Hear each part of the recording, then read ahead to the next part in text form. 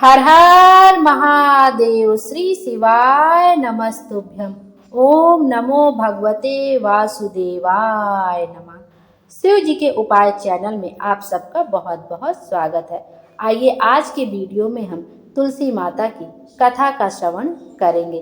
तुलसी माता की कथा का श्रवण एकादशी के पारण के दिन अवश्य करना चाहिए।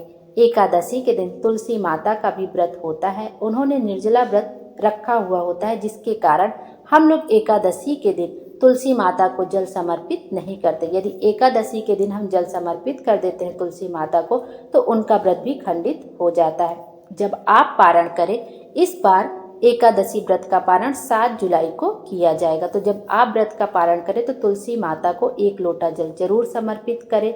उनको कुछ मीठे का भोग अवश्य लगाएं। आप कुछ नहीं हो तो आप कम से कम शक्कर या गुड़ का भोग भी लगा सकते। उसके बाद एक दीपक प्रज्वलित करें और आपको कथा का श्रवण करना चाहिए। इससे एकादशी का व्रत पूर्ण माना जाता है। आइए अब जो है तुलसी माता की कथा का श्रवण करते हैं। एक बुढ़िया माई थी। उनको तुलसी पूजा करने का रोज का नियम था। वह प्रतिदिन खाना खाने से पहले तुलसी पूजा किया करती थी और उसके बाद ही वह खाना खाती थी। वह तुलसी माता से प्रतिदिन प्रार्थना करती थी कि हे तुलसी माता, खाण खीर का भोजन देना, पाट पीताम्बर का वेश देना, योगियों जैसी मौत देना, स्वर्ग का वास देना, राम लक्ष्मण का कांधा देना, सीता जी का चाल चलावा देना। यह सुनकर तुलसी माता जी सूखती चली जा रही थी।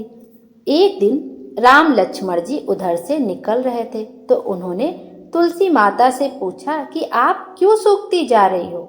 एक बुढ़िया रोज मेरी पूजा करती है और वह मुझसे कहती हैं, मुझसे खाने को लड्डू मांगती हैं, खेलने को भाई मांगती हैं, खाड़ खीर का भोजन मांगती हैं, पाट पीताम्बर का वेश मांगती हैं, आपका कांधा मांगती हैं, सीता जी का चाल चलावा मांगती हैं, स्वर्ग का वास मांगती हैं और योगिनियों सी मौत मांगती हैं।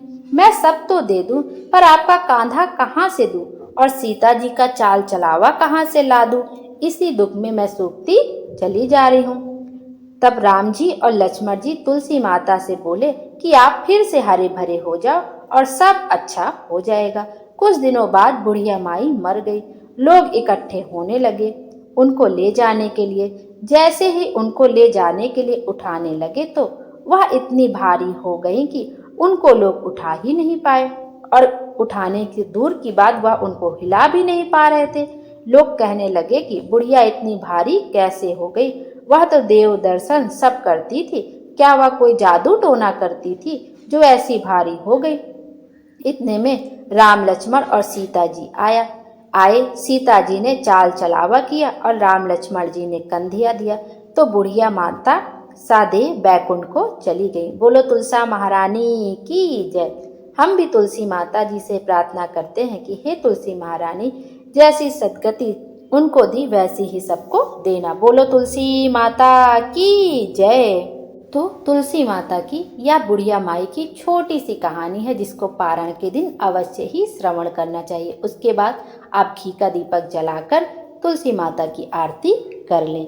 तुलसी महारानी नमो नमो, हरि की पटरानी नमो नमो, धन तुलसी पूरण तप कीनो, सालिग्राम बनी पटरानी, जाके पत्र मंजरी कोमल, श्रीपति कमल चरण लपटानी, धूप दीप नैवेद्य आरती पुष्पन की वर्षा बरसानी, 56 भोग 3600 व्यंजन, बिन तुलसी हरि एक न मानी, सभी सखी मैया तेरो यश गावे, भक्ति दान दीजय महारानी, नमो नमो तुलसी महारानी, नमो नमो तुलसी महारानी, हरि की पटरानी नमो नमो, नमो नमो नमो नमो। जय हो तुलसी माता की जय। तुलसी माता हम सब की मनोकामना पूर्ण करे और हमारे जीवन को खुशियों से भर दे। Thank you.